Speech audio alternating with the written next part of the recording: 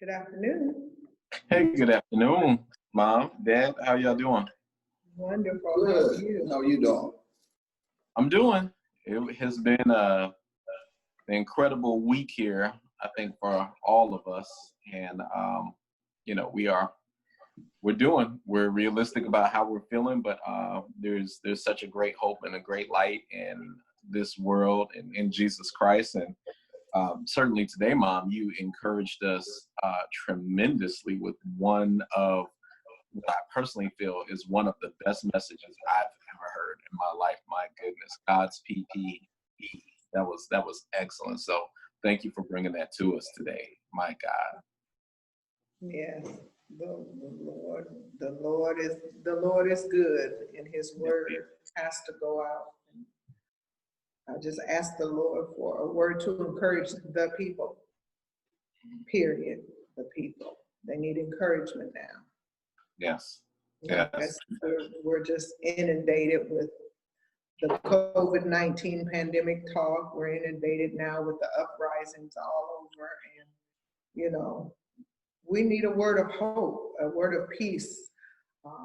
The people need to go to church and not hear it turned into a political platform. Right. But they need to hear some inspiration and some hope from the Lord. Absolutely. Mhm. Absolutely. And especially in these times, you just see, people in their reactions and certainly understanding just the range of reactions that individuals can have. Sometimes the church gets caught in the crosswires because on one end, there is a need and an expectation that the church is speaking still and ministering. But on the other hand, because we all have a range of connections and relationships and identities and feelings on the matter, the church can also get caught in a disagreement as it relates to the perspective and stance.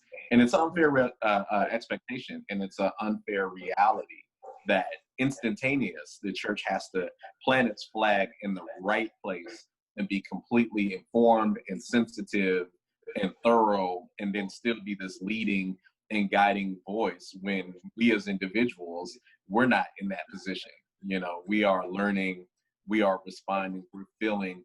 There's dimensions and depth related to our emotions and our feelings and our stances. And then as we continue to live and evolve, and sometimes that evolution is a matter of minutes, our positions could evolve. And that's why you all have always heard me say, this is why I won't get into politics, because when I get new and better information, nothing against people who are in politics, but personally, when I get new and better information, I can do an about face on you, right? And I personally would never want to be caught in the crosshairs of someone saying, well, your voting record was this, some years ago or a couple decades ago, or even a week ago, because I personally am open to new and better information. And when I get that, I'm responsible for it. So again, I applaud my brothers and sisters who are involved in politics, because they certainly have a different level of microscope and expectation, even on, some of the stances they can take. But knowing that this is where we are in the world, this is a day that was designed to celebrate you, First Lady Clay, the First Lady of Miracle Central Church.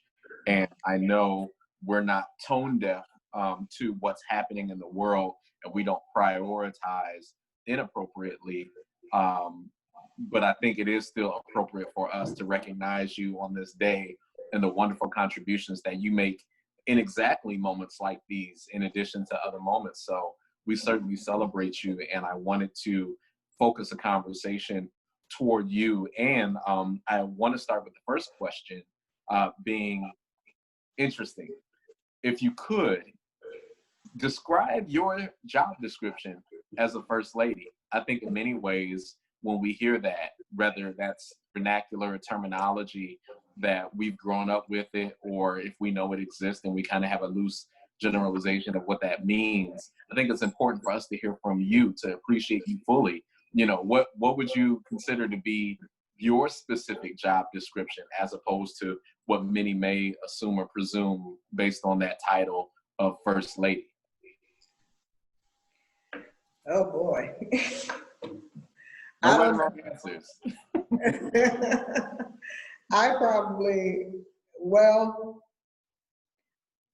the title and the person. The Okay. person, I call myself the maintenance woman. I do all the background maintenance things that I need to do for my husband as the pastor. And, just really stand by him, behind him, pray for him and push him. And with that being said, not standing in his shadow, but just standing as his support, and knowing his job, how heavy it can be, knowing I have to be um, a woman of prayer, his number one supporter, just as his wife. So, and then I realized I know things and see things and that no one else does because he's a man first. So when you say first lady, I guess I'm not really sure that I really know how to describe that. Um, then the other side of that is I'm always aware that I am the first lady, so I have to set the example or set the tone for um, the women in the church, or not just in the church, but just the women in general, because I know people are looking at me. I have enough sense to know that they're looking at me as the first lady. So I always am aware of that. So what would a day to day look like for you specifically? And I want to pivot from what we may commonly assume again or presume about the title and focus on you. So now I'm narrowing in. I'm coming for you. I'm coming right down your street. So I want to narrow in on how you do it. What would a day to day look like for you, or a week to week, as it relates to specific duties and responsibilities? As a mom, a wife, a first lady, or a mama. Oh, you know where I'm going. Don't make me do it. Don't make me do it, Mom. As it relates to your responsibilities connected to the church. Let me preface this whole first lady thing by saying, when we first were appointed, installed as pastor and first lady, as of Rose Hill, it was a very small congregation. And I felt like, no one put the pressure on me, but I felt like the skills that I have acquired in the secular field, on my job, things like that I should bring them to the church. So, and then I had very, very good examples coming up in the church. I am a third generation COGIC baby, as they say. So I was raised in the church. I didn't say I was saved all my life. I was raised in the church. So, and I was raised amongst women that really worked in the church. My grandmother at one point was a church mother. She had sisters that were pastors' wives, evangelists, church mothers also. My mom worked alongside her pastor, my uncle.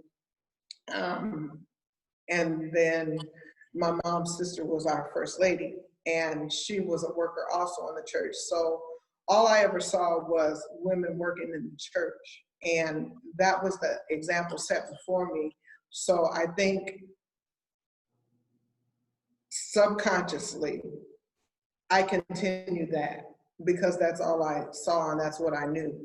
And pretty much that's what was put in me. So it's more of a whatever you find your hands to do. And if there's a deficit in this area, you help fill that deficit. If somebody needs training and pastor can't get to them and there's no one to provide that training, you do it. So that's why I was saying, or maybe utility person is better than the janitor, the utility person. So, that's the example example that was set before me, my first lady, I've had two first ladies in my lifetime, and neither one of them was untouchable. They weren't the first ladies you don't touch, you don't deal with, you don't get to talk to. And they worked in the church. So, you know, I guess that the example that was set before me is the example I just carried on. So, you know, I guess in a sense, it's not so much that I don't wear it as I'm the first lady and that's what I am, but I'm the person that helps wherever there needs to be help. Mm-hmm. Mm-hmm. And then as you pointed out, there is a particular set of skills that you bring to your role, and a specific set of skills that you can call upon to help where you're needed. What are some of those skills, and what are some of those areas where you're needed? Well, the area that was needed, I mean, we needed to, well, the first thing, which was funny, because I've always worked in a position, even from junior high school. My first job at 14, I was always in the office. So I've always did clerical work of some sort. I was always an administrative assistant as I became an adult, to the director of the place, or to the plant manager, or you know, whatever. So I always knew my role was important in the sense that I helped make the top man or woman look good, you know, and I provide the support that they needed. So I felt like I should bring that same skill to the church. I remember probably one of the first things that still is so, that was so rewarding that happened behind the scenes. We didn't have church letterhead when we came. Right. And in the business world, the letterhead is looked upon as a very important document. It can serve as a legal document for a business, and we didn't have that. And I created the first letterhead that the Rose Hill Church had, and I created the letterhead with a matching envelope and a matching business card for the pastor. And you know, I just did it because I knew that part. I knew because I am a legal secretary by degree, as well as a medical secretary by degree. So I knew that, and I told Pastor, I said, we need to have a letterhead because, you know, that helps bona fide us, you know, in business. And so I did that. The little printing company that printed it, unbeknownst to me, entered it into I guess the printing company they have a Like a competition. Yeah, some kind of competition or something every year. And he submitted that letterhead, envelope, and business card in this competition, and it won first place. Well, he didn't say anything to us, and someone went into the printing company one day and saw it. You know, it was framed. They had the actual letterhead framed and on a plaque and up on the wall. And the first place, was that you? Okay. And inquired. Excuse me for a minute. Yeah. At least I got one part in this conversation. Go ahead. Oh, you get to have a whole lot. And so that was so exciting because I did it out of need and care for the church, and then out of love because I really liked doing things like that. I like designing the letterhead and things like that. I was doing that then. I was doing a lot of that. And so when I found out, and I think you ended up Did you say that the plaque. Did you say that they won?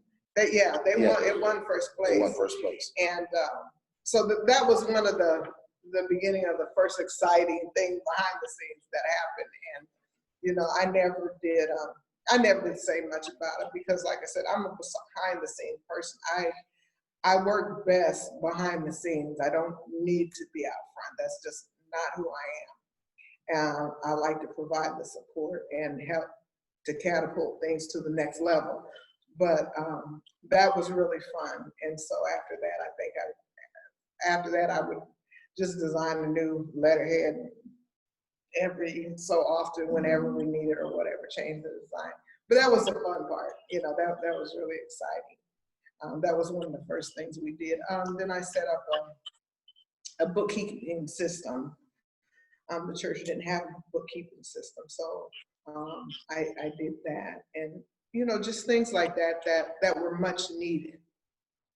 Not things that I needed to do to be seen or to have my name called. These were necessary things. And I'm like, you know, if we're going to move forward, if we're going to stay up with the times, if we're going to be a legitimate business, if you will, because the church is a business, you know, we have business that we have to attend to on that level. You know, if we're going to do that, I need to lend my skills to that. This is what I do on my job, so why can't I do it for the church? Absolutely. Can I make a point? Please. You may talk, sir. Thank you. You're so conscious. This is First Lady Clay's day. How many do you have a year? Is it 4? It depends if it's leap year or not. Yeah. Here we go. Well, in our early days, this is the 25th year, so I would say it was in the second year of our 25 years. The second year, early, that at the beginning, I did not want my family to be in the ministry because I knew that the pastors, or it was hard enough on the pastors, and I didn't want my family directly involved. I would use everybody else, right, but I wouldn't use my family, even though my family's so blessed, so many talents, but I would not use my family. And the Lord spoke and said, use who you have.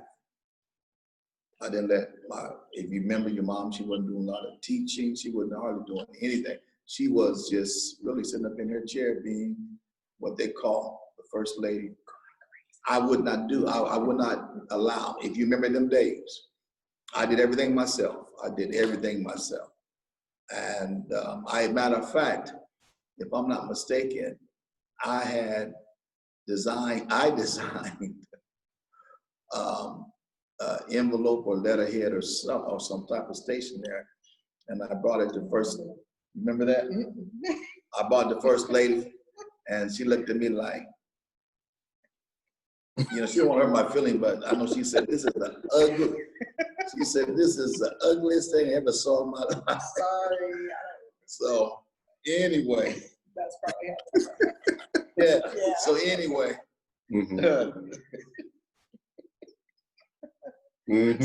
I'm sorry. So anyway, we went I'm sure on. she said it so delicately too, didn't she? You know your mother. You know so your articulately, mother. right? I won't even go down that route. So anyway, it's her day. Yeah, it's her day, right? It's her day. So, Damn, hold on, pause 1 second. Now, if I know mom would have taken a look and said, "Well, you know, honey, in a world where people appreciate no precision and aesthetics, what you're producing is far more abstract than what would be pleasing to the common consumer. So visually speaking, if this is your expression, I can appreciate it from that standpoint. But if this is an expression of excellence on any account, I don't think that this is going to be in use anytime soon. Thank you, God bless." Now, that's the way you articulate. Oh, I know. Still says it the same way. Exactly. Still talking to you like that? Now, in other words, you just it's ugly. It is ugly. But anyway, making a long story short. So the Lord told me use, and since your mother, she holds 2 degrees, and her specialty, and again, she's really told you all that she has. So God said, use who you have. And that's when I brought her on board. and I think I said it a week ago, so, and I'll say it again. If anybody, if a young pastor is beginning in this church, most of the time we're going after choirs or musicians. The first thing that I would recommend for any church that is starting up, find you a good, pray and ask God, Lord, send you a great administrator. That's what a pastor needs. Mm-hmm. And so that's when your mother was brought on board. And when I pushed her out there, I let her do what she does, and she's been doing that.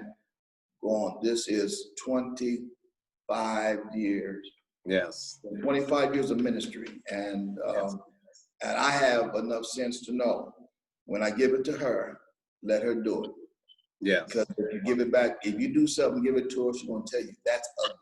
No, I'm just messing with you. So let me do this. I'll continue on with my questions.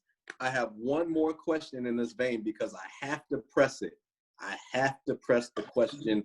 The people are demanding that I press the question. If I gave you 30 seconds, Mom, to describe what a church administrator in that church does, give me 30 seconds of what that church administrator does.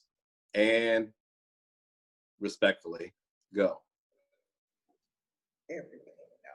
No. They make sure the pastor has what he needs, make sure the books are in order, make sure you're kept current with the guidelines for the church, make sure that the departments are running like they should, make sure the weight of the church is not on the pastor. I know the deacons are supposed to do that, but I'm talking about the administrative part of it. Provide the training and things like that that are needed for the business side of the church, for anybody that is doing business concerning the church. How's that? Sure. Did I make it? Sure. And take a vote if I'm missing anything. Finance, maintenance, accounting, legal. Yes. Job descriptions. Yes. Church manual. Yes. Onboarding new members. Yes. Onboarding new leaders. Yes. Quality control. Yes. Audits. Yes. Insurance. Yes. Correspondence. Yes. Public relations. Yes. Marketing. Yes. Technology needs. Yes. Mass communications internally. Yes. Communications externally. Yes. Thank you. You'll never give yourself that much credit. Did I miss anything, sir? No, and everything you named, the pastor was doing it. And when God told Moses through his father-in-law, Moses, you're killing yourself. Get you some help. Then you find in the book of Acts where the apostle at the time should have been studying, preparing for the churches, church growth. Should we stop doing the things of the Lord, prayer and fasting, and waiting the table, doing the business side, get you men for the Holy Ghost?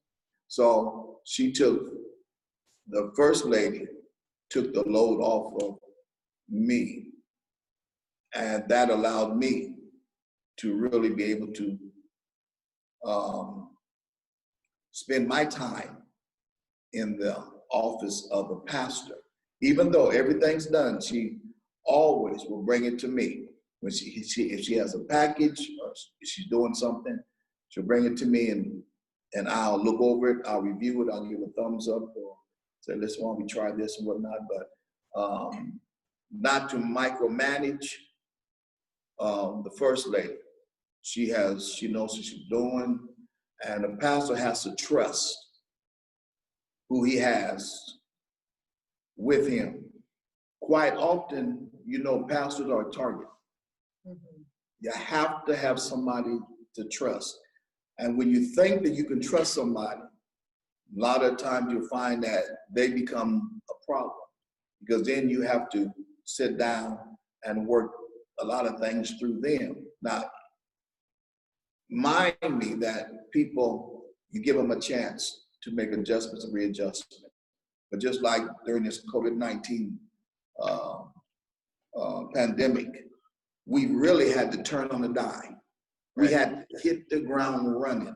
Yes, sir. And revamp and readjust anything. And the first lady, she is the first lady of the church, but since she has professional a professional background, and God's blessed her with that. That should be used for the church. And so everything you named, and also making sure that every the team, departmental team, has a sexual misconduct course, have every background check, the things that pertain to the laws of the land. Here we go. And the things. Now let me put this plug in. Since this first lady's bank. When I went down to the bank and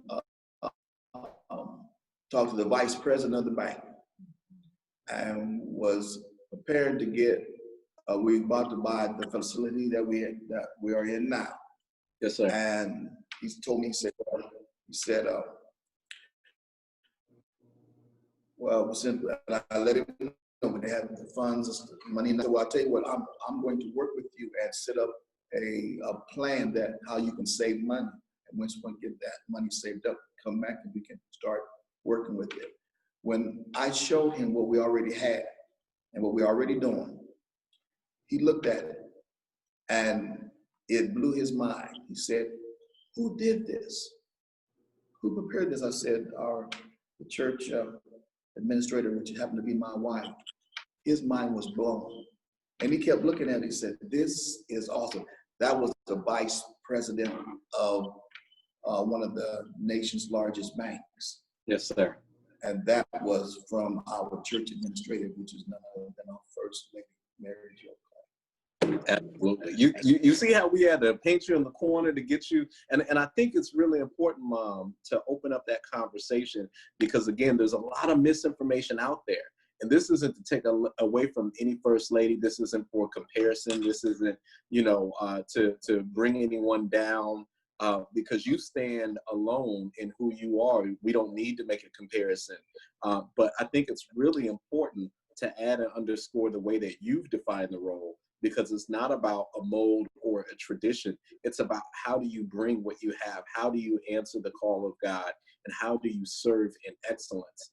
And that deserves attention. You deserve attention and praise for the things that you do. And I really wanted to press that point to illuminate and unearth, because there are those who would shun away from churches because of how they perceive a first lady to be. Right. There are those that would shun away from serving in ministry because how they perceive the first lady to be. There were those who maybe are connected, dating, engaged or married to someone else who is in ministry, who would, have apprehension and anxiety on a first lady role, because there is a narrative out there. And I think our job is to provide balance to that narrative, not because we're just in opposition or reacting or responding to it, but because you are living out a positive narrative. And I think that deserves attention individually, and I think it also helps the body. Let me transition to another question. I'm mindful of my time, and I have some other questions I want to get through. In addition to all the roles that you fulfill on the administrative side, and administration is ministry, and we can go to Ephesians and find that spelled out. We can go to Corinthians and we can see it underscored there.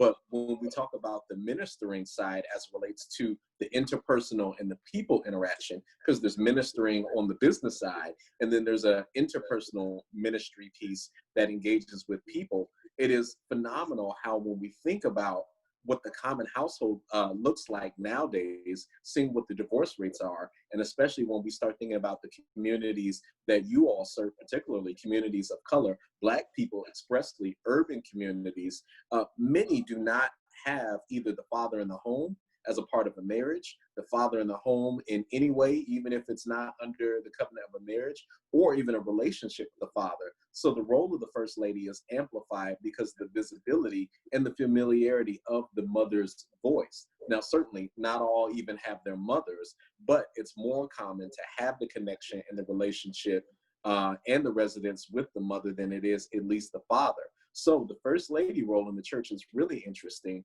because yours may be the most familiar voice to men or women who come to the church. Seeing a pastor or a male pastor particularly would be different because most people, again, when we look at the trends and the demographic data and the behavior, the sociology of it, most aren't connected to their fathers in the same way that they're connected to their mothers. So the male pastor role, specifically in the case of your church, would be a voice that people have to get used to because it may not be the most near and dear and relevant in their lives. But the female, the first lady, the mother, the matriarch voice might be that role that people are used to. And especially in this day and time now, people are leaning on that matriarch voice to help lead them through some of the circumstances that we're facing. So with that sort of couch and preface, what is some guidance that you could share to that matriarch role? The mothers in the home, the grandmothers in the home, the aunts in the home, and then also to the matriarch role in the church for how we lead through these kind of difficult times. And again, I'm always cognizant of my role. I know that I think, traditionally, our churches, the Church of God in Christ, and because that's the only church I've ever belonged to, I can't speak really on other reformations, but we are known to always have had church mothers in the church, and the church mother was the strong voice for the women. She was the mothering voice. She was the nurturing arm of the church. However, she stood closely by the pastor as well. Most of the time, she was the pastor's aide. She was the pastor, we call him pastor's aide leader now, but she was the pastor's aide, and she saw about him. And in my view, growing up through the church, sometimes she even kind of chided the deacons and the assistant pastor along, hey, pastor needs this, pastor needs that, and we need to be doing this, that, and the other for the pastor. And by the same token, she was a strong force for the women. And that, again, that's what I'm saying. I wake up every day knowing I'm the first lady and that people are looking to me to be their example. So in being an example, sometimes I guess you could say, oh, that's a lot of weight, or that's a lot to uphold. And, on days where you don't feel your best, on days where you don't want to be an example, you just want to be a mama or a wife or a grandmama, a granny, and I'm a mama. By the way, I'm not a grandma. But on those days when that's all you want to be, you cannot, because you never know when you have to fulfill that need, fulfill that role. You always have to be in the mode of always nurturing or cultivating. And even as a mother in the home, it's the same thing. You always have to be in that nurturing or cultivating mode as a mother, because that's who God made us, and we can't change that. We can't change that. And you so eloquently said about the matriarch role is the strong role, because she's the one who carries the baby for 9 months. She's the one that has that. It's a different connection than the father. So children tend to lean to the mother that way, just because it's an innate desire that was put into us, that God has put into us. So we have that mothering role. You don't get the chance to say, today I don't want to be a mother. I don't get the chance to say, today I don't want to be the first lady. I don't get to say I don't want to be the pastor's wife. I don't get to say I don't want to be the wife, but I do get to say, today I may be tired. Today I need a break. But in that break, I still know that I may have to take a phone call. I may have to take a minute to help some other young woman, some young man, Our male children are the same. Like you said, some of them may not have had the privilege to have a male in their lives, and they just may need. I heard my sister there say that mama hug, Prophetess Randall. You know, sometimes they just may need that mama hug. It's just not. It's the thing that mama can give, and not the thing that daddy can't give. So, you know, you realize that the Lord teaches you how to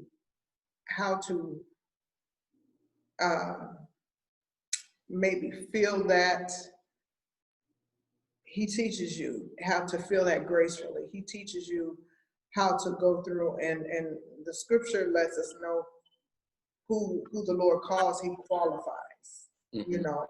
So if the Lord really has called my husband to pastor, he has called me also for the role of the first lady or the pastor's wife.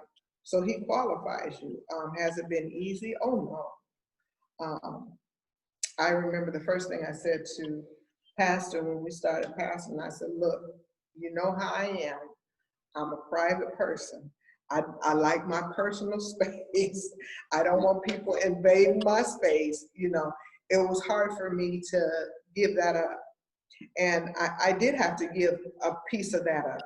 You know, I didn't give it all up, but I did have to give a piece of that up because the pastor belongs to the people in a sense.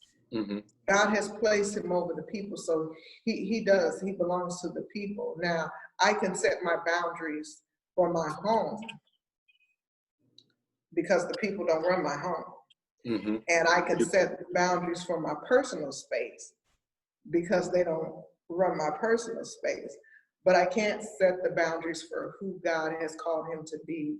I can't set the boundaries for the church because the church doesn't belong to me, nor does it belong to pastor. The church belongs to God. These are God's people. Yes, so ma'am. It's a delicate balance, and God, he will make you, he will qualify you. It takes a lot of prayer, it takes a lot of fasting. And then you have to know when it's a God thing, and when it's just a moral thing, a natural thing. Absolutely. And this is something that both of you have teetered into a bit. So let's remove gender from the conversation, because there's a personality too, right? Not all women are the same, not all men are the same. And even as it relates to a marriage and running a household, what the different personalities bring in strike a different balance. You have marriages where the husband is the extrovert and the wife is the extrovert. There are marriages where the husband is the introvert and the wife is the extrovert. There are marriages where the wife is the introvert and the husband is the extrovert. So sometimes we get lost thinking about the perception of gender roles and gender identity. However, there's a personality that comes to it as well, right? And in that personality, you've found a different sort of balance, and I think that helps a lot of people. So with that, I can recognize that for many things that I've learned from my mother, I have peers and friends, even cousins, who didn't get the same things from their mother that I got from my mother, because we recognize that mothering is different because of the personality and because of the foundation and the history and the training. The same would go toward the church. The role of the first lady, again, coming back to that, could be different because the personality of the first lady is different than the next. Similarly, we see that in politics. What a lot of people don't understand, well, you got to study politics a little bit, but what a lot of people don't understand is with every president, that first lady takes up a different slate of agenda items, right? Because she formally is active. And we've seen, even with our current first lady of this country, sometimes there's inactivity as it relates to key issues, that we've seen prior first ladies be involved in and vocal with, particularly with Michelle Obama. We've seen her take up fitness and take on child obesity as a major piece of her agenda. She's advocated for education. We've seen Michelle Obama take a forward role in the college signing day, right? Because this is something that within that particular presidential regime is something that she identified as pieces that she's passionate about. Her background and her voice can speak a bit more strongly than his. And that is something that we don't necessarily think about. We think it naturally just comes, but that's formal as it relates to how the White House has even been ran, as it relates to the duties and the balance and who is the champion for different things. So if you were to think about yourself with those sort of examples laid out, what sort of causes do you champion as a first lady, not only within that local church, but also more broadly? Well, the first cause is, I know my priority is really being a holy woman, really praying and fasting, and be the person that you say you are. Maybe I can sum it up by saying even character. Be that person of character, your integrity that you are supposed to be. Let your nay be nay and your yea be yea. I was raised by strong women. My parents were divorced when I was 10. So my mother was a strong force, of course, in our home, as soft spoken and laid back as she is. She was a very strong woman. She came from a line of very strong women. Her mother, there were 9 sisters.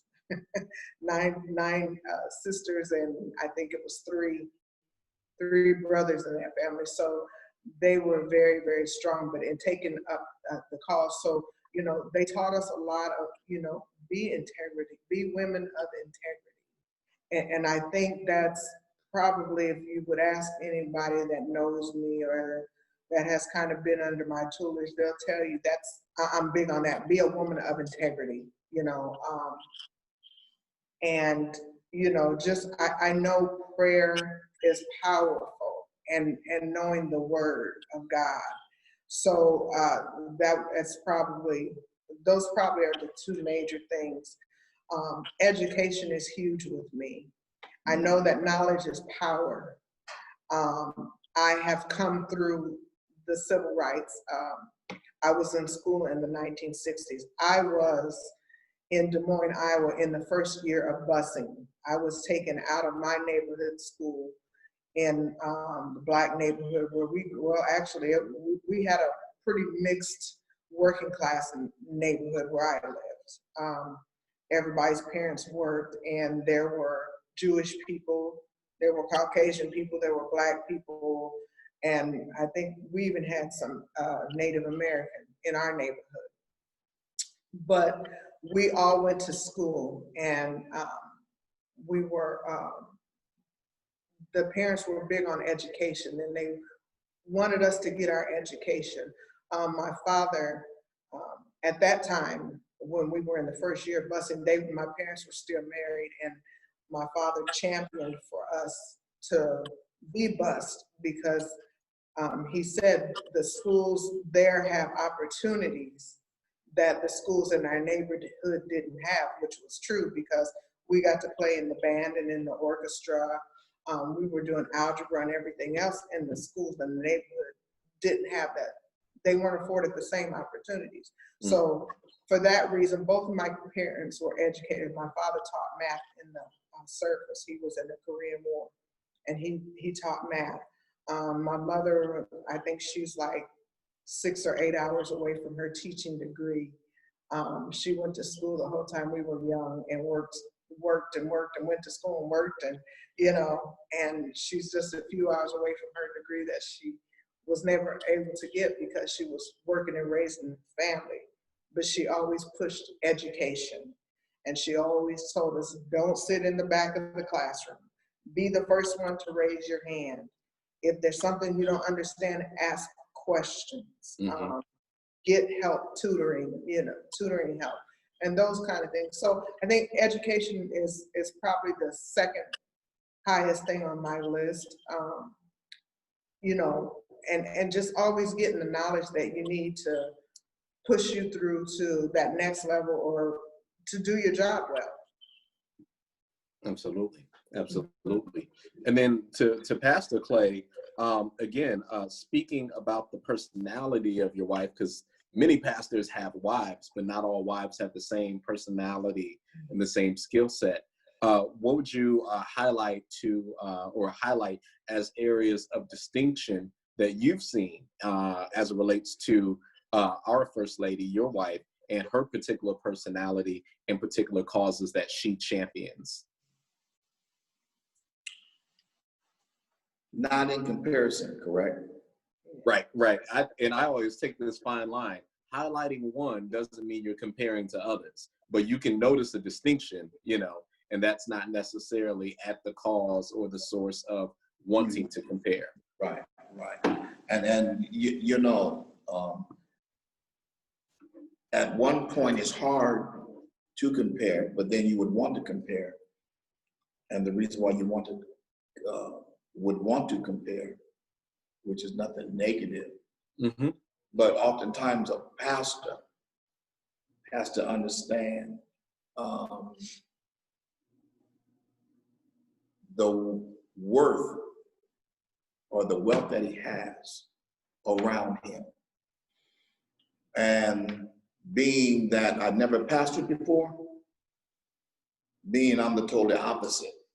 I'm never pastored, wasn't raised up in a saved family, didn't have a church. And so all of this is new to me.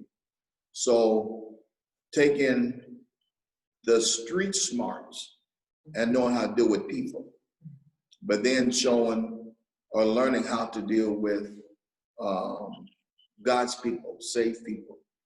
So understanding who you have and knowing also your mother's background, knowing what she deems what is a staple for a home, knowing that she puts strong emphasis on women being holy.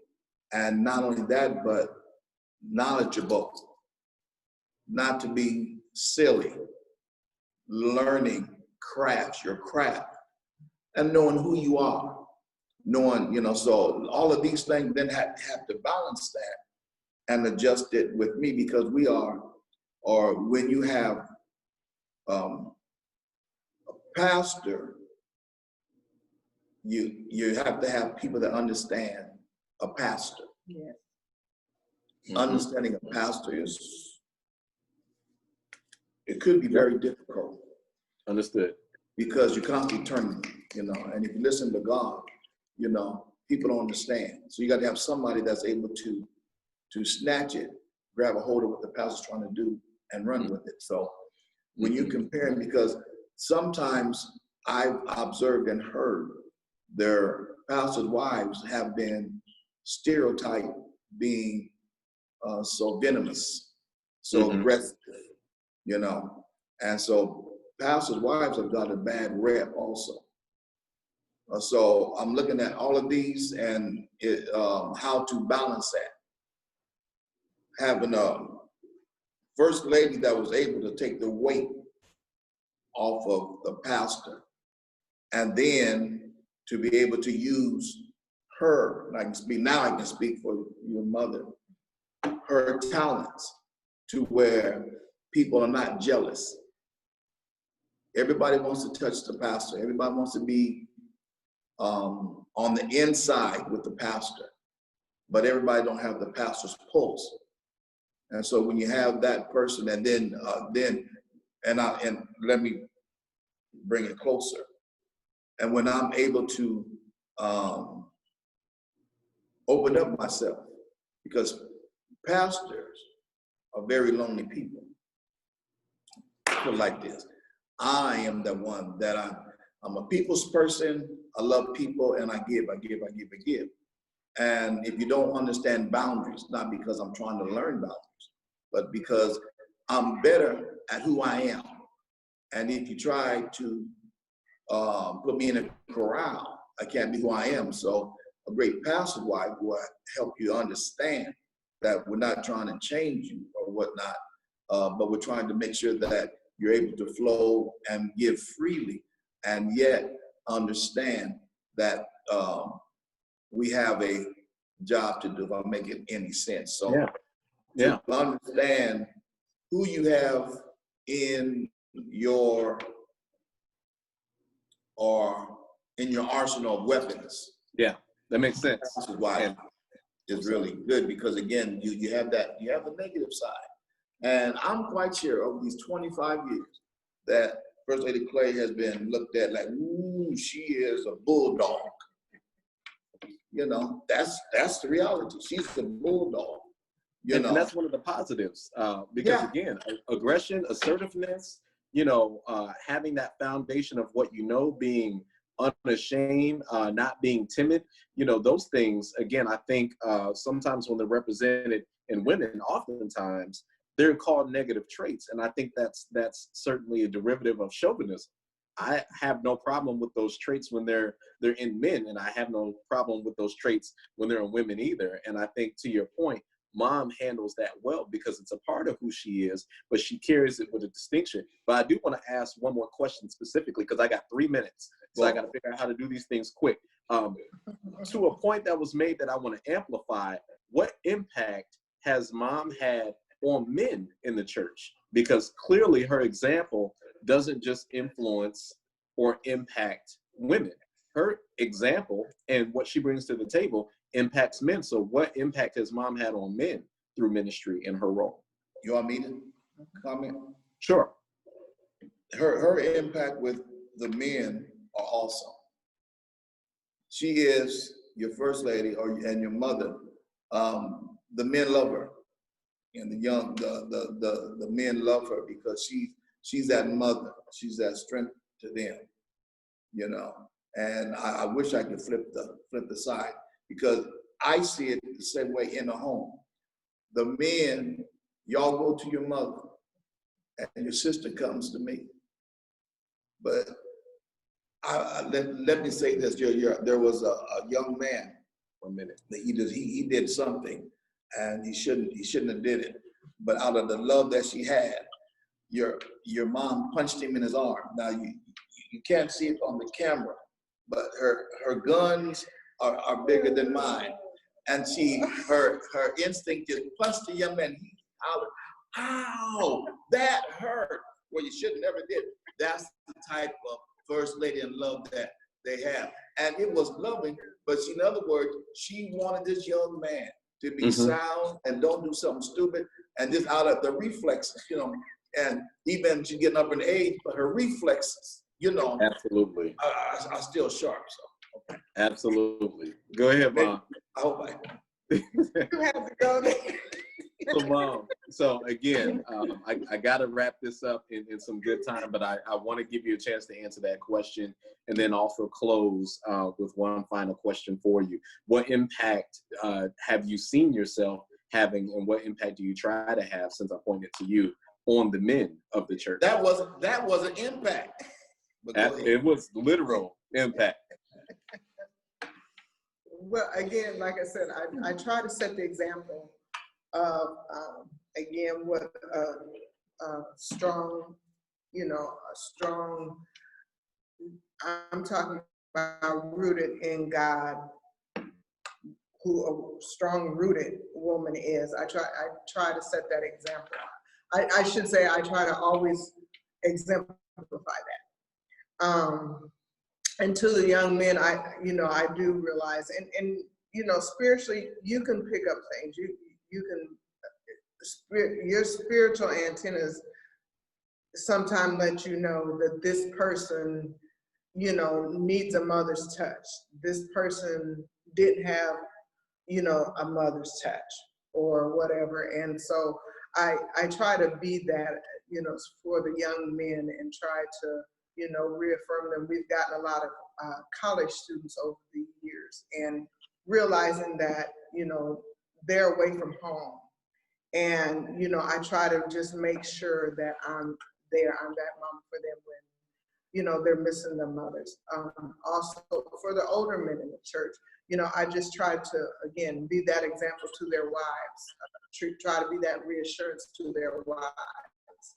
And also, try to encourage them even to stand by the pastor's side, that I'm part of the pastor and I love you as much as the pastor does, and just, just being that encourager, just really being that encourager. Church work is not easy. It's not an easy work. And like I said, you're constantly trying to find the balance, but in that, I have to go back to that nurturing. You find yourself going back to that nurture mode. And sometimes even with, married men, you have to find that reassurance to them, while pastors is trying to show them, how to be that husband or that father, then, I have to be that example too, and, kind of co-sign for him, what he's saying. Yeah, look at me, I'm his wife, and that's why I always put before the people, this is not an act.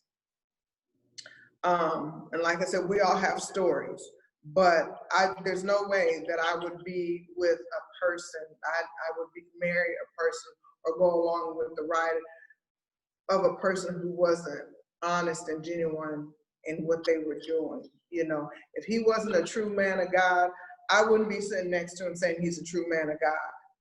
I didn't say I wouldn't be married to him if I was married to him, but if I knew something else, I wouldn't be sitting there, because first of all, I know I have a God to answer to. And to mislead the people is not something I want to answer to God about.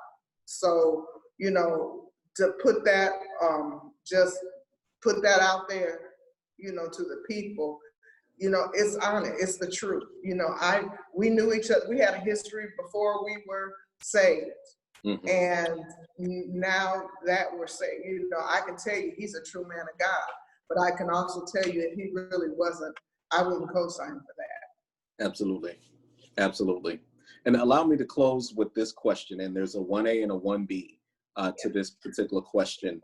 One, I wanted to leave you open space to say something to other first ladies or those whom can derive something out of what you're speaking to first ladies directly. And then I also wanted you to be able to address pastors as well, and particularly male pastors, right? I think there is something to hear your voice as a first lady to speak to other male pastors. So in whichever order, I just want to leave you space to share some of your wisdom in whatever way you feel directed. But I would love for you to separately speak to those two groups who may be listening.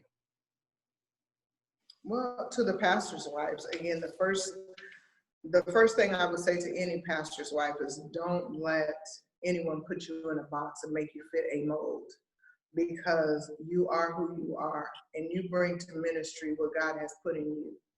And that's who you have to be, because if you try to fit a mold that's not you, you're going to break. It's not going to work. So you have to be who you are and what God has made you to be in ministry.